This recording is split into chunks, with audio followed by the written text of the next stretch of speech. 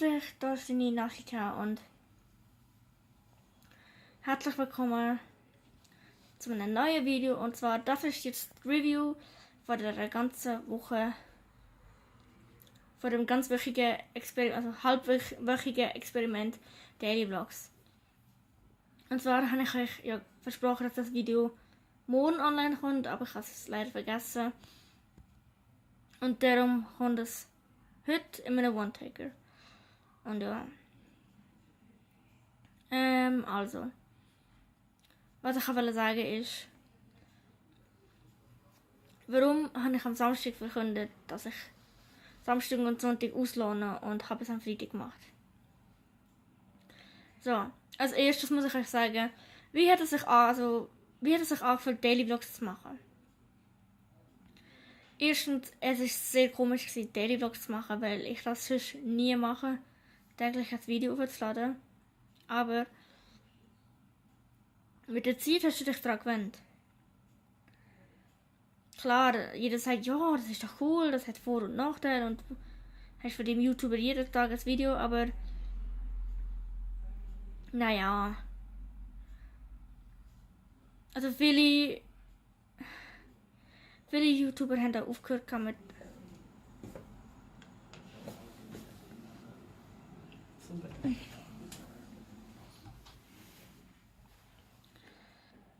Egal. Viele YouTuber haben mit Daily Vlogs angefangen, so wie Jody Calusi und Casey Neistat. Und viele weitere Leute. Und viele haben aufgehört. Jody macht nicht mehr so oft Daily Vlogs, also macht gar nicht Daily Vlogs mehr, sondern nur Vlogs. Der Casey Neistat hat aufgehört. Und der Felix von der Laden hat schon etwas dazu gesagt. Was ist jetzt meine Tendenz dazu? Okay, Daily Vlogs haben Vor- und Nachteile. Man kann sagen, Daily Vlogs haben mich ein bisschen stärker gemacht in meinem Selbstbewusstsein, aber Daily Vlogs hat auch Nachteile. Also ich sage euch jetzt mal, ich glaube, ich soll euch sagen, warum ich es abgebrochen habe. Meine Tendenz war, dass ich jeden Tag etwas filmen konnte, vom Montag bis am Donnerstag. Okay, gut. Dann nachher habe ich am Freitag das Zeug schon gemacht und habe dann nachher nicht mehr zum Filmen gehabt.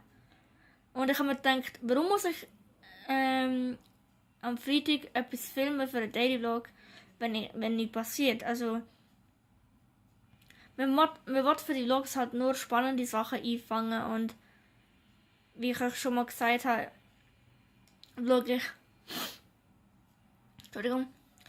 ich nicht, wenn es nicht spannend geht. Und naja, das war der Fall vom Freitag und vom Samstag, also Freitagnachmittag und vom Samstag ganzen Tag. Und ja, also irgendwie ist es halt doof, wenn du nichts zum Filmen hast und dann denkst du, ja, jetzt muss ich filmen, weil jeden Tag ein Vlog online kommt und ja, das ist sinnlos. Also, wenn man Daily Vlogs hat, zum Beispiel, ich habe ab und zu immer gesagt im Zug, als ich gefilmt habe, ja, es ist komisch oder es ist gruselig oder es ist ungewohnt zu vloggen im Zug. Ich muss euch sagen, es ist sehr, sehr, sehr ungewohnt im Zug zu vloggen. Vor allem es war mir unangenehm, da ich so zurückhaltend bin. Also ich bin nicht der Typ von Mensch, wo du siehst und gerade mega laut und aufgedreht ist. Und ja, also ich bin eher ein Typ, wo ruhig ist am Anfang und dann mit der Zeit aus sich rauskommt. Oder wenn ich... Also es gibt wirklich auch selten den Fall bei Menschen, wo ich mich wirklich wohlfühle, dass ich sofort aus mir rauskomme. Das ist halt das. Und es gibt halt wirklich auch Menschen, bei denen ich mich richtig wohlfühle und sofort rauskomme. Aber es gibt Menschen, wo ich gar nicht rauskomme, wo ich gar nicht preisgebe oder wenig preisgebe, weil ich einfach nicht so ein gutes Gefühl habe. Zum Beispiel bei unserer Swiss Universe Gang habe ich auch gesagt, ich war so nervös am Anfang, war halt recht zurückhaltend und ja. Ja, een kleine verwarring. Ja, ich bin am Filmen.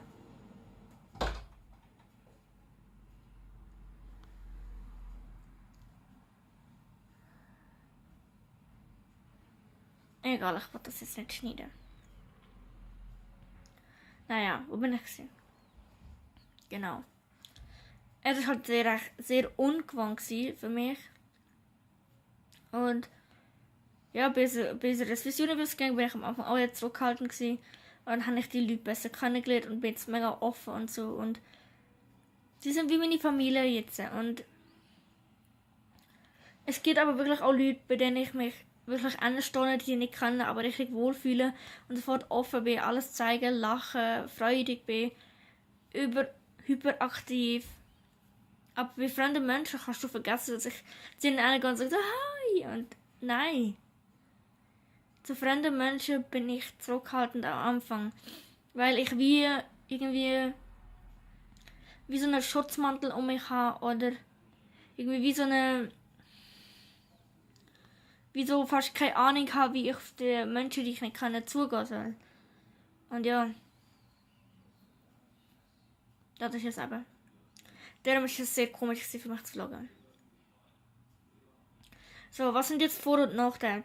Der Vorteil ist, man hat immer wirklich, also wenn man etwas tun kann, wenn man die ganze Woche dingelt und schafft und so, dann hat man wirklich eine gute Idee, dies und das Daily Vlogs zu machen und so. Und Ideen hat man fast immer und überall und kann zum Beispiel die Szene anders machen und die Szene ist da, so.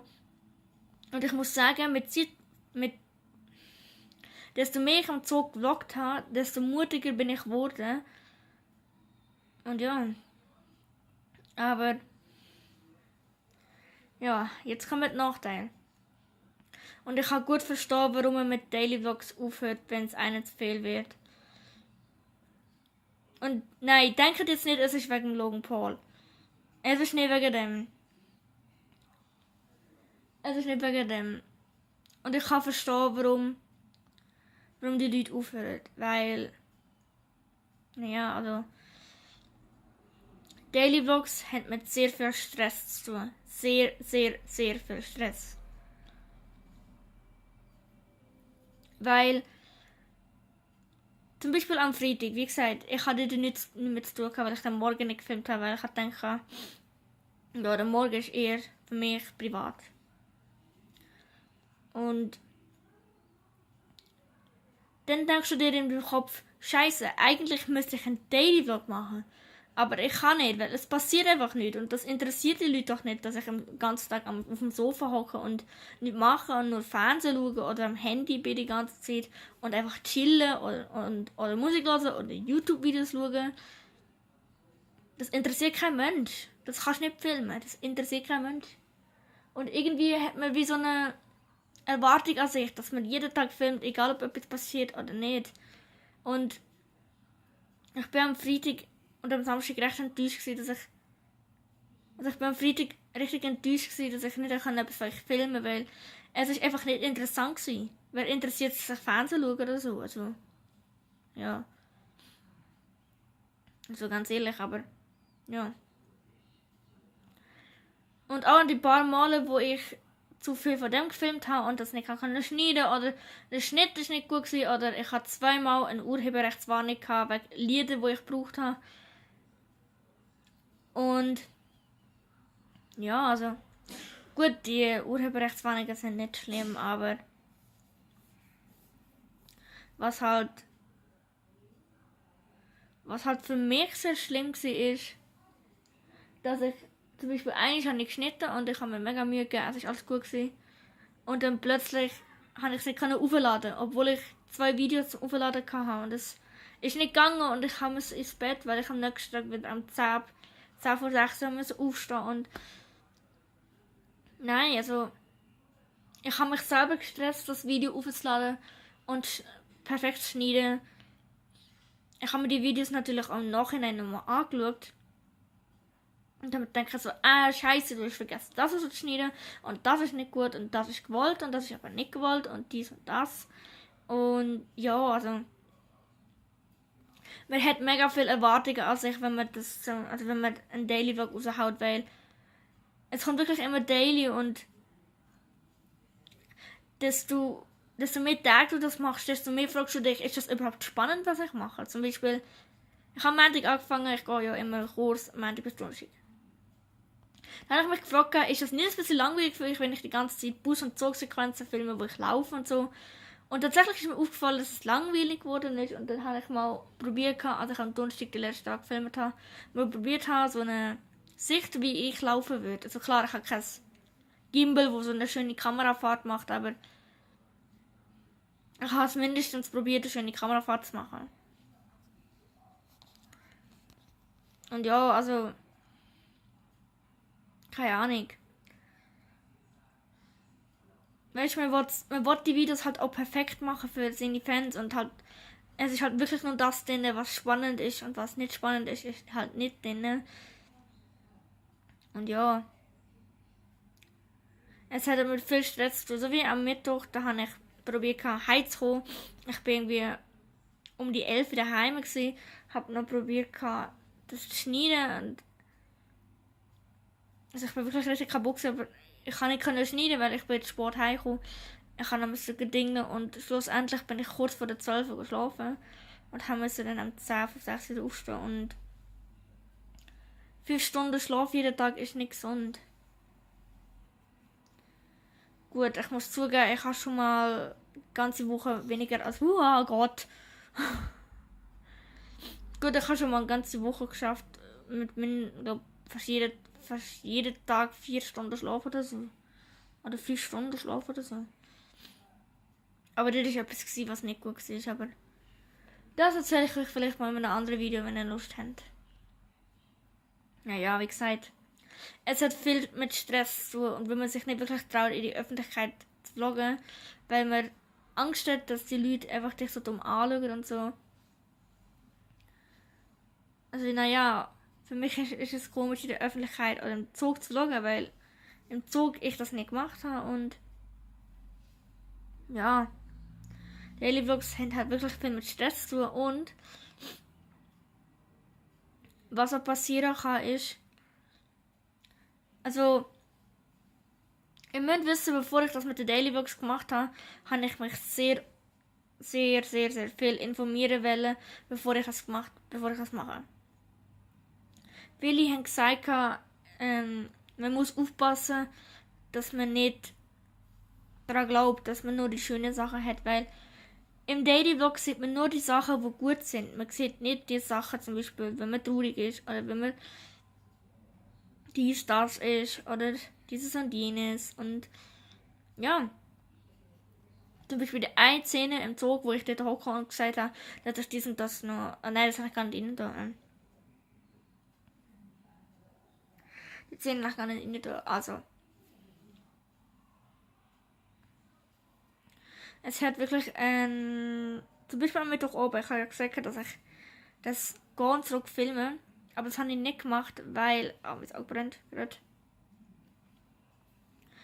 Weil, ja, ich bin mega müde und ganz ehrlich, wenn ich müde bin, bin ich nicht zurechnungsfähig und ich labere irgendetwas und das habe ich euch nicht antun, oder? Es hat auch ein paar Tage gegeben, wo ich einfach nicht gut, also zum Beispiel an einem Tag bin ich, genau, am Donnerstagmorgen bin ich wirklich, also der Tag ist wirklich, oh mein Gott. Der Tag hat damit angefangen, dass unser Zug Verspätung hatte. Das ist der Tag, wo ich einen wirklich schönen Sonnenaufgang gefilmt habe. Also Sonnenaufgang gefilmt habe. Der Tag hat damit angefangen, dass ich in Emmenbruck etwa 3-4 Minuten Verspätung hatte und dann bin ich in den Zug rein und bin ganz viel gehockt, also wenn man den Timelapse gesehen hat. Was ein riesengroßer Fehler war. Wie ich nachher im Nachhinein gesagt habe und wie man am Video sieht, sind dort am Fenster, wenn ich ganz gut achtet, dort am Fenster sind so ein paar Spritzer. Und das ist irgendwie, was ist das gewesen? Es ist wie so Slime gewesen. Kennt ihr so kleine Slimeballs oder so? Ich glaube, so in so einer Art ist das gewesen. Aber kann nicht sagen, was es ist, aber es hat ausgesehen wie so eine Slimeball. so ein Luftballon mit Slime drin, irgendetwas oder irgendeine Konsistenz. Weil das Kind ist ohne Mutter dort gewesen und hat mit dem Ding nicht. Und sie hat so lange damit gespielt, bis es natürlich am Bus explodiert ist. Und meine ganze Hose ist unten voll gewesen. Meine Schuhe sind voll. Man sieht das an meiner schwarzen Schuhe immer noch. Ich hoffe, die Hose ist sauber. Aber an dem Tag, nachdem das war, habe ich nur noch die Timelapse gefilmt, weil ich hätte nicht wirklich nachher filmen, weil es hat mich so aufgeregt. Ich habe euch nicht das zeigen und man filmt so etwas nicht. Man filmt halt nur das, was spannend ist, weil das, was spannend ist auch interessant für die Zuschauer. Ist es eben. Und darum finde ich, das hätte ich nicht können filmen, das hätte ich nicht zeigen oder hätte nicht zeigen. Man muss aufpassen, dass wenn man Daily Vlogs macht, fast über einem Jahr oder einem Monat oder fast jeden Tag macht, über mehrere Jahre verteilt, dass man sich nicht in dem Daily Vlog verliert. Weil ein Mensch ist ja so aufgebaut, dass er für Tag und Tag etwas macht und nachher das realisiert oder versucht zu akzeptieren oder anzunehmen. Und Daily Vlogs sind, wie gesagt, nur das gute Szene. Und wenn du dann wirklich über die Jahre verteilt immer nur gute Szene siehst, glaubst du dann irgendwann, dass dein Leben genauso ist wie ein Daily Vlog? Also, dass dein Leben auch noch gute Sachen hat und nie böse Sachen. Und ich glaube, genau das ist das, was mit dem Jake Paul passiert ist. Weil, also, korrigiert mich, falls es falsch ist. Ich weiß nicht, ob er wirklich lang Daily Vlogs macht. Aber viele sagen, dass er schon mega, mega lang Daily Vlogs macht. Aber ich weiß auch nicht. Ich glaube, er hat das in sich selber verloren. Und wir müssen aufpassen, wenn wir selber Daily Vlogs machen, dass wir uns nicht in diesen guten Sachen verlieren. Weil das Leben besteht nicht nur aus guten Szenen vom Leben, sondern es hat auch böse Szenen oder nicht so gute Szenen. Aber klar, in einem Video zeigst du das, was spannend ist, oder? Und nicht das, was traurig ist und dass du müde bist und dass dies und das ist und dass du genervt bist und dass du ausrastest oder einfach wütend bist, weil so eine blöde Sache passiert, weil irgendetwas vorher passiert ist, was nachher das ausgelöst hat. Und wir müssen einfach aufpassen, also für die Daily Vlogs machen, bitte passt auf, dass ihr nicht das annehmt, weil Daily Vlogs, wie schon vorher gesagt, haben nur gute Szenen und wenn man sich in die gute Szene dran gewöhnt, dann realisiert man oder denkt man langsam auch, dass mein Leben auch noch gute Szenen hat. Und das ist leider nicht die Wahrheit. Das Leben hat gute Seiten und schlechte Seiten halt. Und ja. Das ist der Grund, warum ich Daily Vlogs machen wollte. Die Erfahrung ist, also, das sind die Vor- und Nachteile gewesen. Ich hoffe, ihr versteht ein bisschen, warum ich das abgebrochen habe. Also, mein Gedanke zuerst war sowieso noch, wie ist das, wie fühle ich mich drin in Daily Vlogs, was bedeutet das, jeden Tag etwas zu filmen und dann direkt schneiden und dann direkt aufzuladen, ohne Wenn und Aber, ohne Abstand, ohne Verzug, ohne nichts. Klar, also wenn ich das jetzt so machen würde wie der Felix von der Lade, dann wird es gehen, weil seine Vlogs haben immer versetzt. Das wird gehen. Da hat man mehr Zeit zum Schneiden. Aber die meisten, die Daily Vlogs machen, an meine Hand. Die meisten, die wirklich Daily Vlogs machen, dann sie filmen, Dinge schneiden und dann direkt am gleichen Tag hochladen. Und naja, auf Tour mit dem Stress wird es nicht gut gehen und das mit einer guten Szene. Naja, das ist so ein bisschen meine Sicht. Ich bin sehr froh um die Erfahrung und ich bin froh, dass ich die Erfahrung machen. Und ja, das ist meine Sicht von der Daily Vlogs gewesen. Bitte schreibt eure Meinung in die Kommentare. Ich werde das natürlich durchlesen. Korrigiert mich, falls ich etwas falsch gesagt habe. Oder falls ihr anderer Meinung sind. Wie schon gesagt. Und ja. Das war meine Review zu der Daily Vlogs und ich hoffe, es hat euch gefallen. Und wenn ja, dann lasst Like und Abo da. Oh, und sagt mir unbedingt, wie ihr das gefunden habt, so ein Experiment, dass ich so ein Experiment mal mache. Und ja. Wie gesagt, wenn es euch gefallen hat, Like und Abo, wenn nicht, dann nicht. Und dann wünsche ich euch einen schönen Morgen, Mittag und Abend und tschüss, ciao, ade.